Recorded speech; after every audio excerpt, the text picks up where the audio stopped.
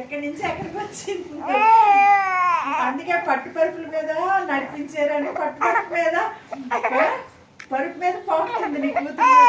ఓయ్ తాన్వి తాన్వి ఇచ్చాడు తాన్వి తాన్వి